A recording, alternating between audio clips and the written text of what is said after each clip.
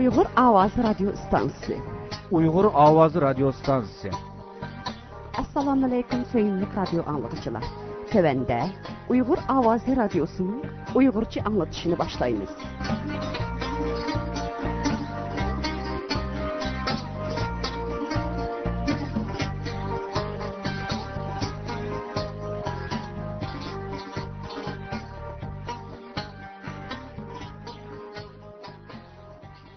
Assalamu alaikum hürmetli vatandaşlar.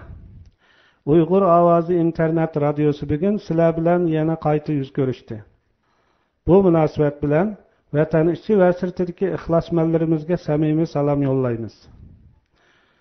Uyghur Avazı internet radyosu asarat astidagi xalqimizning hür axborot uchurlarini anglash ehtiyojiga hamdamda bo'lish maqsadida bosh organi Germaniyaning Munchen shahriga joylashgan Sharq Turkiston informatsion markazi tarafidan tayyorlanib 2000-yil sentabrda tunji anglitishni boshlagan bo'lib, anglitish davom qilgan yarim yilga yaqin vaqt jarayonida Sharq Turkistondagi vaziyat, vatan sirtidagi mustaqillik da'voyimiz, dunyo ahlining mustaqillik da'voyimizga ko'rsatayotgan munosabatlari va boshqa temalar bo'yicha ko'plagan ahamiyatli uchur va ma'lumotlarni tarqatib, vatan sirtidagi va vatan ichidagi anglag'uvchilarimizning qizg'in qarshi olishiga erishgan edi. Afsuski, bir qism moddiy va ma'naviy qiyinchiliklar tufaylidan 2001-yil fevral oyidan boshlab radio anglitishimiz uzilib qoldi.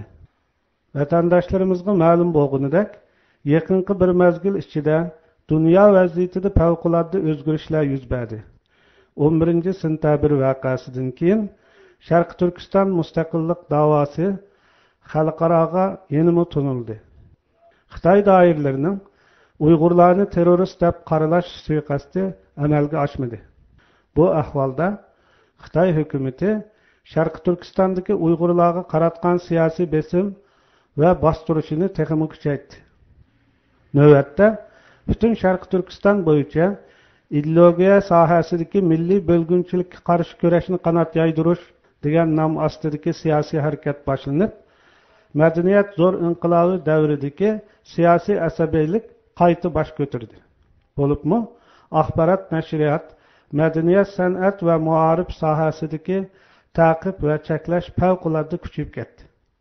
Mundaq alohida ahvol ostida informatsion markazimiz navbatda dunyoda sodir bo'layotgan siyosiy o'zgarishlar va uning mustaqillik da'voyimizga ko'rsatadigan ta'sirini xalqimizga anglitish, xalqimizning kelgusiga bo'lgan umid ishonchisini oshirish, o'z navbatida yana Sharq Turkistondagi jiddiy vaziyatdan vatan sirtidagi qarindoshlarimizni vaqti-vaqtida xabar qilib turish zaruriyatini jiddiy his qilib, turli qiyinchiliklarni yengib, radio anglitishni qayta boshladik.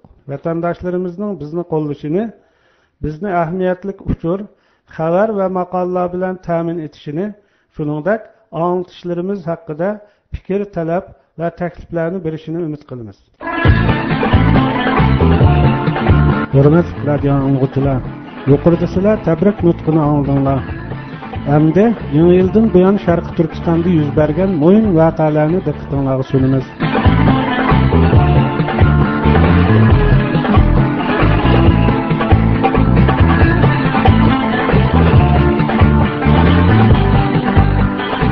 Bu yıl 5 yanvar günü Ürümçi Xalq Sarayı'da o'tkazilgan yangi yil kechiligida Tursun Ahmad ismli Uyg'ur shoirning she'ri o'qish voqeasi yuz berdi. 11 yanvar günü Uyg'ur Abtonom rayonlik partikom Ürümchida kadrlar yig'ini ichib, Tursunjon Ahmadning she'ri haqida yoshirin o'qitish usuli bilan milliy bo'lgunchilik ideyasi targ'ib qilingan degan xulosa chiqarilgan hamda mushu voqeani bahona qilib, Sharq Turkiston miqyosida bir qatimliq ideologiya sohasida milliy bo'lgunchilikka qarshi kurashni qanot yoydirish qarori chiqarilgan. Bu yil 24-yanvardan 26-yanvargacha Germaniyaning München shahrida Dunyo Uyg'ur yoshlari qurultiyi doimiy komitetining 1-navbatlik kengaytirilgan yig'ini ochildi. 31-yanvar kuni Ürümchida Uyg'ur Abtonom rayonlik partikom atalmış ideologiya sohasidagi milliy bo'lgunchilikka qarshi turish harakatini qanot yoydirish bo'yicha qayta tarbiya elish faoliyatini qanot yaydirish to'g'risida safarbarlik yig'ini ochgan. Yig'inda Wang Luchan va Qorchoq rais Ablat Abdurishitlar so'z qilib, bu qitimqi harakatning butun ma'rif, adabiyot, san'at, axborot, nashriyot, radio, kino, televiziya, internet to'ri qatorliq sohalarda markazlik elib berilganligini ko'rsatdi. 4-fevral kuni Uyg'ur Abdunum rayonlik partikumining Qorchoq sekretari Ismoil Tilvaldi ideologiya sohasidagi milliy bo'lginchilikka qarshi turish harakatini qanot yaydirish bo'yicha qayta tarbiya elish harakatini muarif sohasida qandoq elib berish haqida uyushtirilgan yig'inda so'z qilib, ideologiya sohasidagi milliy bo'lginchilikka qarshi turish ko'nishini qanot yaydirish harakatini butkul muarif sohasi va maktablarda uzoqgacha elib berib, muarif sohasini partiya va hukumatning qo'lida mahkam tutib turishimiz kerak deb bildirilgan. 12-fevral kuni Qirg'iziston poytaxti Beshkek shahridagi Sharq Turkistonlik Uyg'ur tijoratchilarining savdo bozori Tor bozorda favqulodda zo'r o't ofati yuz berib, bozor tamoman xarobiylikka aylangan. 20 va 21 fevral kunlari Amerika prezidenti janobi Bush Xitoyda 2 kunlik rasmiy ziyoratda bo'ldi. Ziyorat davomida Xitoydagi kishilik huquq va diniy erkinlik masalalarini o'ttirg'a qo'ydi. Musulmonlarning yilda bir keladigan muborak Qurbon hayit namozi o'qiladigan kuni Qashqar shahrining Qo'g'on yezisida yeziliq hukumat doiralari yezi tavasidagi 300 dan ortiq o'qituvchini Qurbon hayit namozini o'qitmaslik uchun majburiy yeziliq hukumatga yig'ib olgan. Fevral oyining oxirlarida Qashqar viloyati tavasida elib berilgan muarif sohasidagi milliy bo'lginchilik qilmishlarini aniqlash va o'qituvchilar qo'shinini saflashtirish nomi ostidagi siyosiy harakatda Fayzovat noyisining Shaptul yezisida 12 o'qituvchiga diniy faoliyatga qatnashdi degan ayblash bilan jazo berilgan. Bulardan 2 o'qituvchi xizmatidan haydalgan. Qolganlarining bir daraja maoshi elib tashlanib, muarif sohasidan yo'tkib etilgan. 1-mart kuni Urumchi shaharlik hukumat birlik sab bo'lim boshliqlari yig'ini chaqirilgan. Yig'inda Urumchi shaharlik partikomining muavin sekretari Xayiming diniy zotlarni Xinjiangning amaliyatiga, vaziyatning ehtiyojiga uyg'un keladigan fatvolarni berishga da'vat qilish kerak deb jo'ylagan. Diniy zotlarimizni islom aqidalarini xohlagancha buzishga, o'z e'tiqodidan yuz o'rishga qistagan. Mart oyi kirishi bilan Sharq Turkistonning har qaysi viloyat, shahar, nahiya va yezilarida atalmış ideologiya sohasidagi milliy bo'lginchilikka qarshi kurashni qanot yaydirish bo'yicha qayta tarbiya elish nomidagi siyosiy harakat avj oldirilgan. Aqsu, Qashqar va Xotan qatorliq janubiy viloyatlarda har qaysi sistemlar bo'yicha orqa-orqadan safarbarlik yig'inlari ochilgan. Uyg'ur maktablarda har kuni tushdan keyin va shanba kuni butun kun siyosiy o'rganish qilinib, o'qitish ishlari faoliyat chalg'i tushib qolgan. Sharq Turkistonda siyosiy harakat boshlangandan buyon internet to'rxonlariga bo'lgan nazoratchilik alohida kuchaytirilgan. Oldin qapti Xitoy doiralari Pochta Telegraf idorasining nomidan uqtirish tarqitib, to'rdagi axlatlarni bartaraf qilish va to'rxonani tartibga solish bahonasida janubiy viloyatlardagi Uyg'urlar ochgan internet choyxonalari majburiy taqib etilgan. Qashqar shahrida 6 nafar Uyg'ur yosh cheklangan aksiyatchi mazmundagi chet el to'rbetini ko'rgan degan ayblash bilan qamab qo'yilgan. O'z muxbirimiz Muzdavonning Aqsudan yo'llagan xabari. Aqsu jamoat xavfsizlik boshqarmasi yaqinda xizmat ko'rsatganlarni mukofotlash yig'ini chaqirib, o'tgan yarim yil davomida qochqin jinoyatchilarni tutish bo'yicha xizmat ko'rsatganlarga 100 ming yuan pul tarqatib bergan. Yig'indan ma'lum bo'lishicha, oldingi yarim yilda Aqsu viloyati bo'yicha nazorat va viloyat darajalik tutish buyrug'i chiqarilgan 70 dan ko'p odam tutilgan bo'lib, ularning mutlaq ko'pchiligi siyosiy sababdan tutish buyrug'i chiqarilgan Uyg'urlar ekan. Hukumat soqchi doiralarining Uyg'ur mustaqillik kuchlarini texmo qattiq bostirishiga ilhom berish uchun mushundaq mukofotlash chorasini yo'lga qo'ygan. 9-mart kuni Wang Luchan Beijingda ochilgan Xitoy Xalq qurultayining 5-qitimliq yig'inida Xinjiang muxbirlari bilan o'tkazgan uchrashishida buningdan keyin Sharqiy Turkistondagi Uyg'ur maktablarida 3-sinfdan boshlab Xitoy tilida dars o'tiladiganligini jakalagan. Bu qarar qandaqdı? Uyg'urlarning sapasini yuqori ko'tarish maqsadida chiqarilgan bo'lmasdan, balki Xitoy mustamlikachi doiralarining Uyg'urlarni assimilyatsiya qilish qadamini tezlatish va millat sifatida yo'q qilish suiqasdini tezroq ishga oshirish maqsadida chiqarilgandir. 11 mart kuni Uyg'ur avtonom rayonlik hukumat maxsus uqtirish chiqarib, ishki Xitoydan Sharqiy Turkistonga kelgan oqqon Xitoylardan elinadigan 4 turlik haqni bekor qilgan.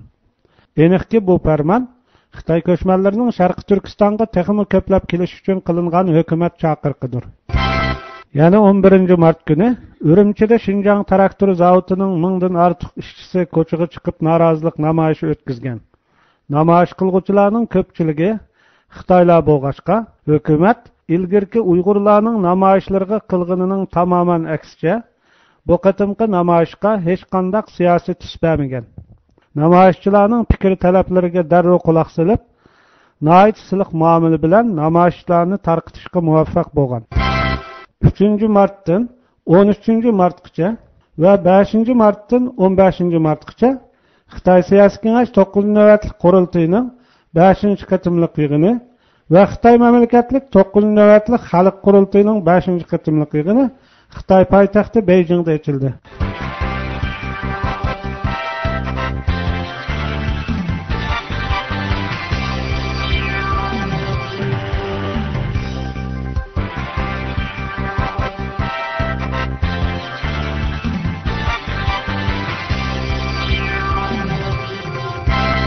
Öz muxbirimiz Uşqunning Urumchidan yo'llagan xabari.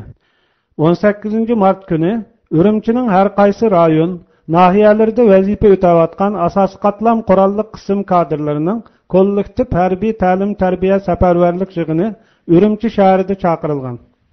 Bu qatimqi cho'ng tarbiyalashga 100 dan ko'proq asosiy qatlam qurolliq saqchi kadrlari qatnashgan bo'lib, o'rganish muddati 7 kun bo'ladi ekan.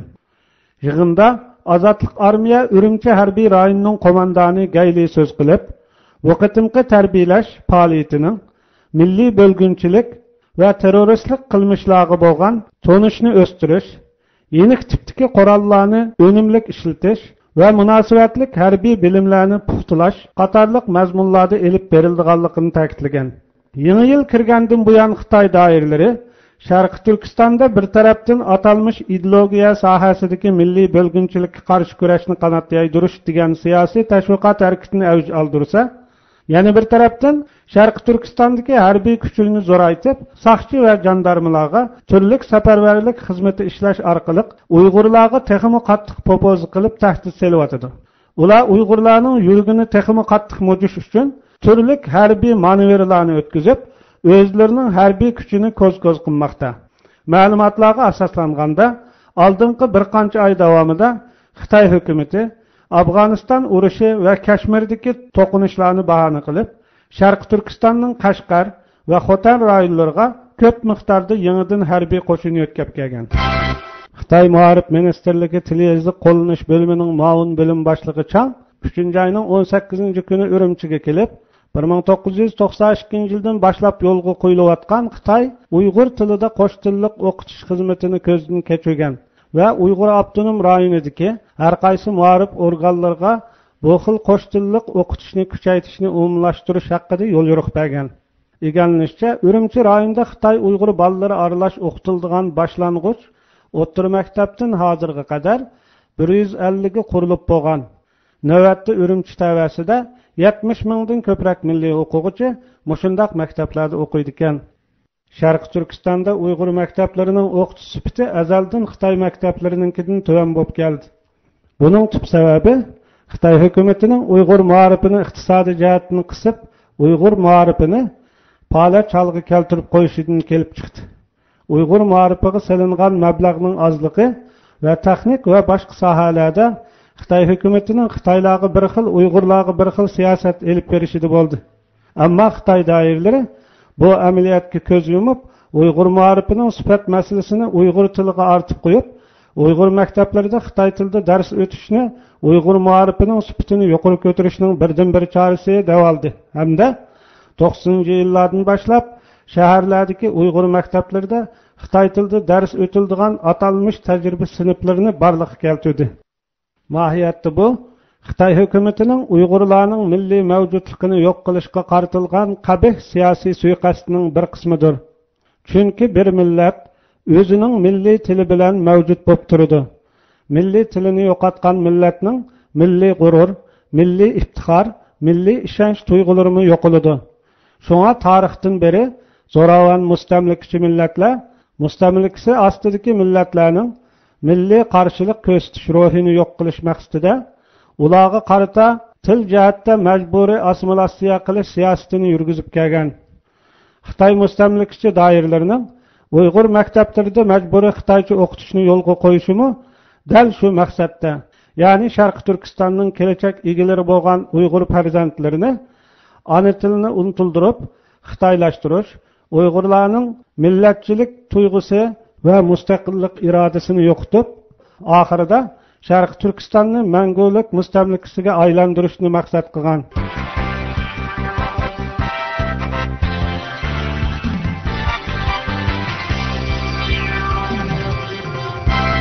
(21 mart kuni o'z muxbirimiz Ushqunning xabar qilishicha, Uyg'ur Abtonom rayonlik jamoat xavfsizlik nazorati yaqinida jamoat xavfsizligi sohasidagi milliy bo'lginchilarni bostirishda yumshoq qo'llik qilgan, pozitsiyasi sust, maydoni mustahkam bo'lmagan milliy saqchi xodimlarga qarata tozalash elib boradiganligini hamda undaqlarni aniqlab chiqib, qattiq bir taraf qildiganligini e'lon qilgan.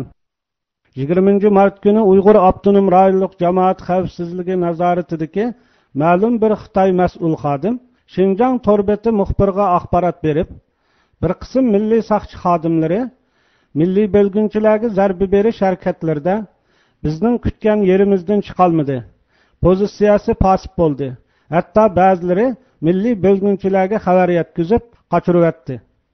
Biz bu xil ahvollarni tekshirib aniqlaymiz.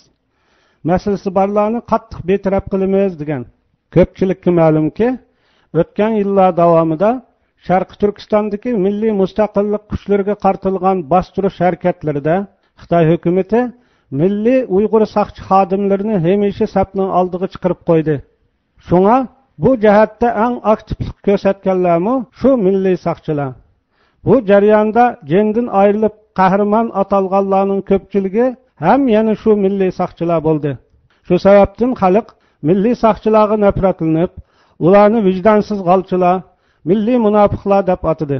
Uning ustiga Vangluchanning "Menga nahaq tutilsa tutilsinki, bir milliy bo'lgunchi to'rdan tushib qolmasin. Qattiq qo'lliq bo'lish, hargizmi rahim qilmaslik, avval tutib keyindan surishti qilish" degandek fashistik yo'l yurg'i bo'lg'achqa, milliy saqchi xodimlarining yumshoq qo'lliq qilishi mumkin emasdi. Aksicha, xo'jayinlarning buyrug'ini oshirib ijro qilib, xizmat ko'rsatishni sharaf bilishganlar ham oz emas edi. Mushundaq ahvolda Xitoy doiralarining milliy Uyg'ur saqchilardan yanada rozi bo'lmay, ularni yumshoq qo'lliq qildi deb ayblashi, bir jihatdan Xitoy hukumatining Uyg'urlarga yurgizayotgan fashistlik zo'ravonlikda qaysi darajaga berib yetganligini va Uyg'urlar ustidan texmo dahshatli bostirish elib berishga hozirlanayotganligini ko'rsatsa, yana bir jihatdan Xitoy hukumatining milliy Uyg'ur saqchi xodimlariga azaldan ishonmaydiganligini ko'rsatib bermoqda.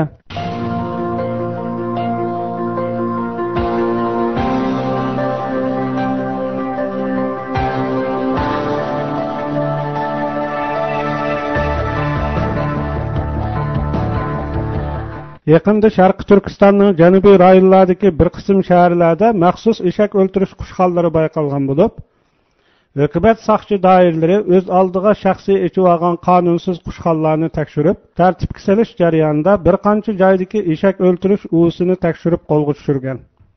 Bunda qushxonlarda kuniga o'ttir hisob bilan 40-50 eshakning go'shti setib chiqarilgan bo'lib, eshak go'shtini so'nkidan ayirish mashinasi bir necha minut ichida bir eshakning go'shtini so'nkidan ayirib bo'ldi ekan. Saqchilar bu qushqonlarning xo'jayinlaridan bunchalik ko'p eshak go'shtini nimaga ishlatilganligini so'raganida, Xitoy xo'jayinlar bu go'shtlarni har kuni ugurxona ochilgan Xitoy va tungallarga kilosini 3-4 yuandan setib beradiganligini aytgan.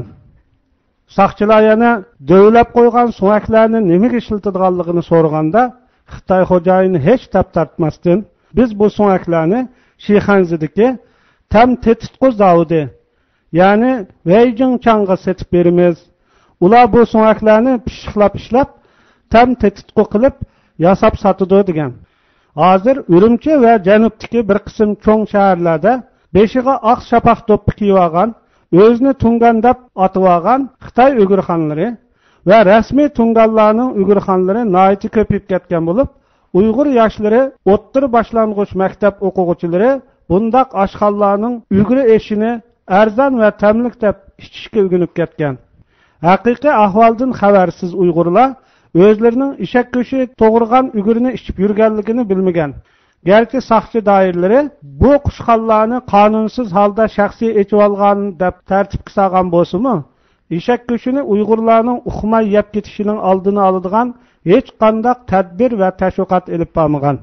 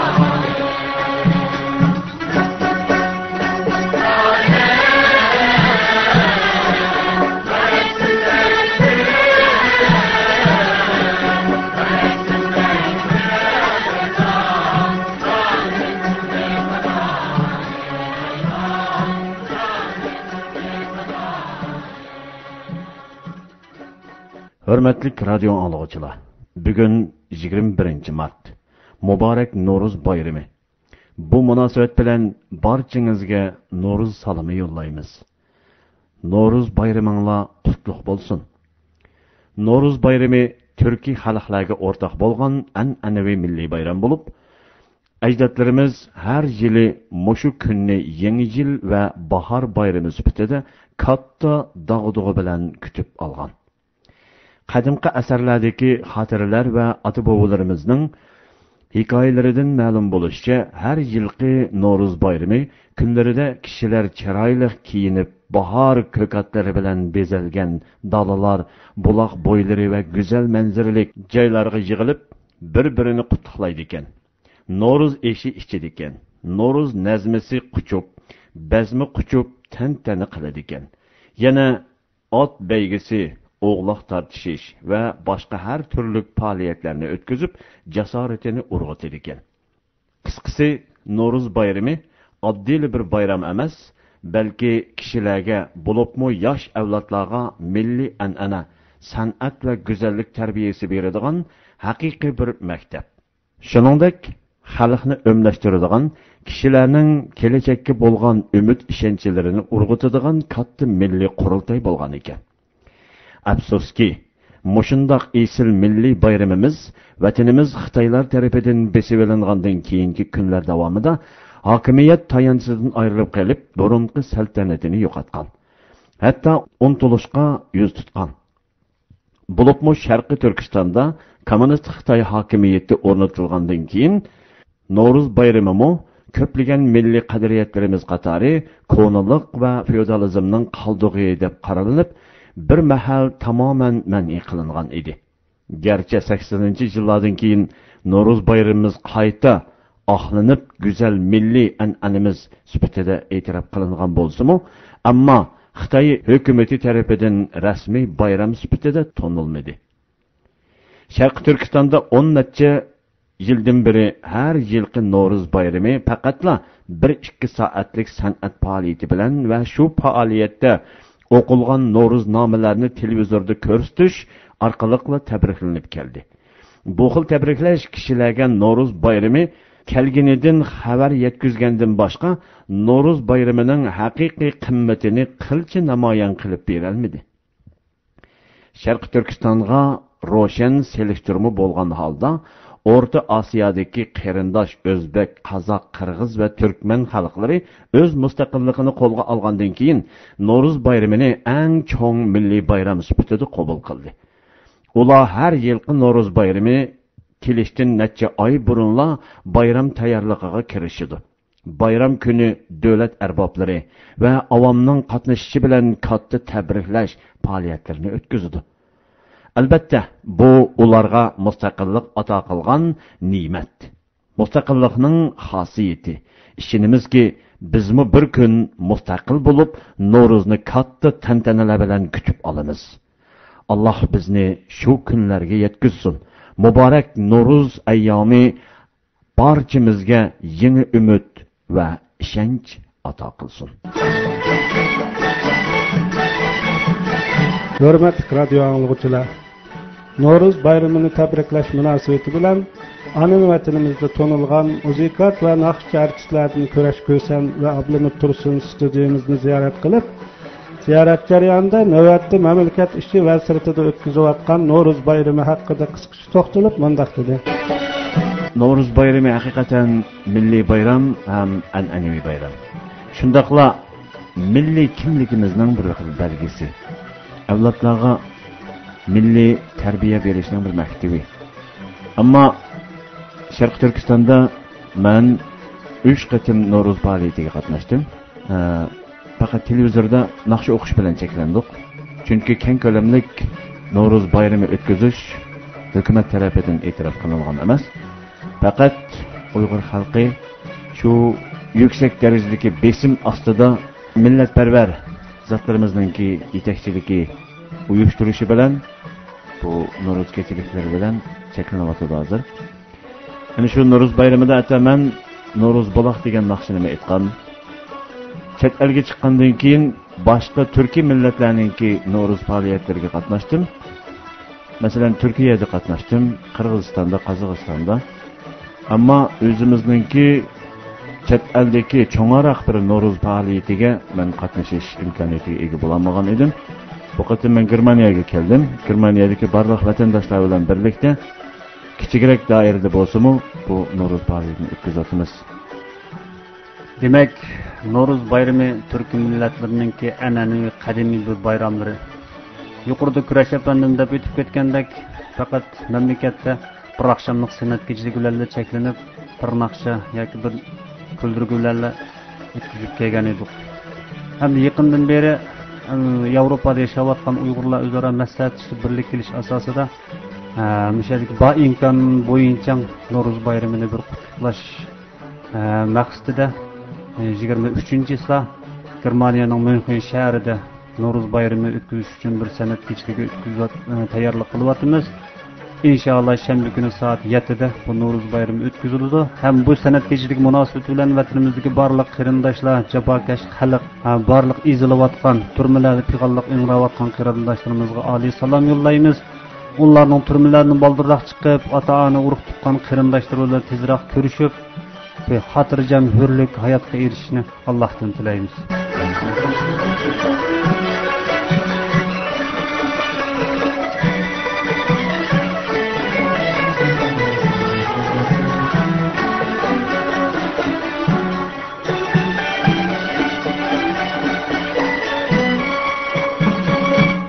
Assalomu alaykum aziz qarindoshlar.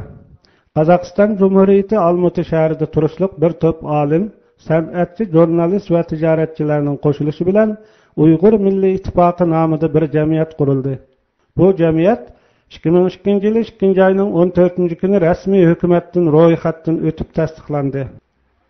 Uyg'ur Milliy Ittifoqi nomidagi bu jamiyat o'z nizomnomasi bo'yicha tuvandikidek faoliyatlarni olib boradi.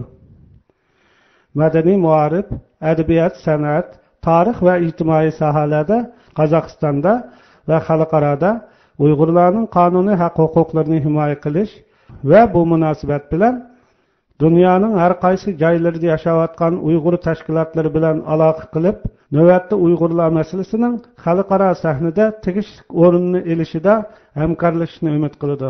Adres 480 4 Qozog'iston, Olmuti shahri, Geltoqsan koçisi, bina 37A 413. Öy. Telefon 39 95 52. Uyghur Milli İttifaqının reisi Profesör Şerifxan Nadirova.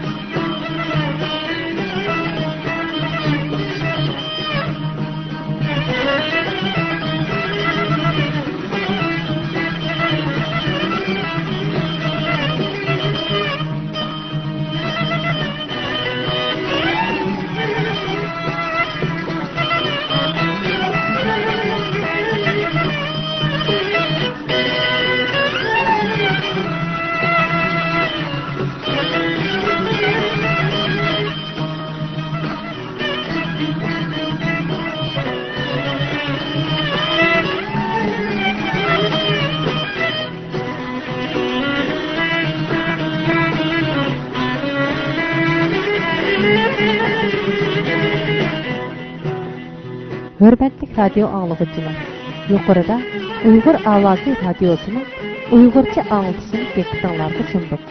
Көңіл құйып аңлығınızға рахмет. Келер қатарлық anlatışımızı көрəcəyik.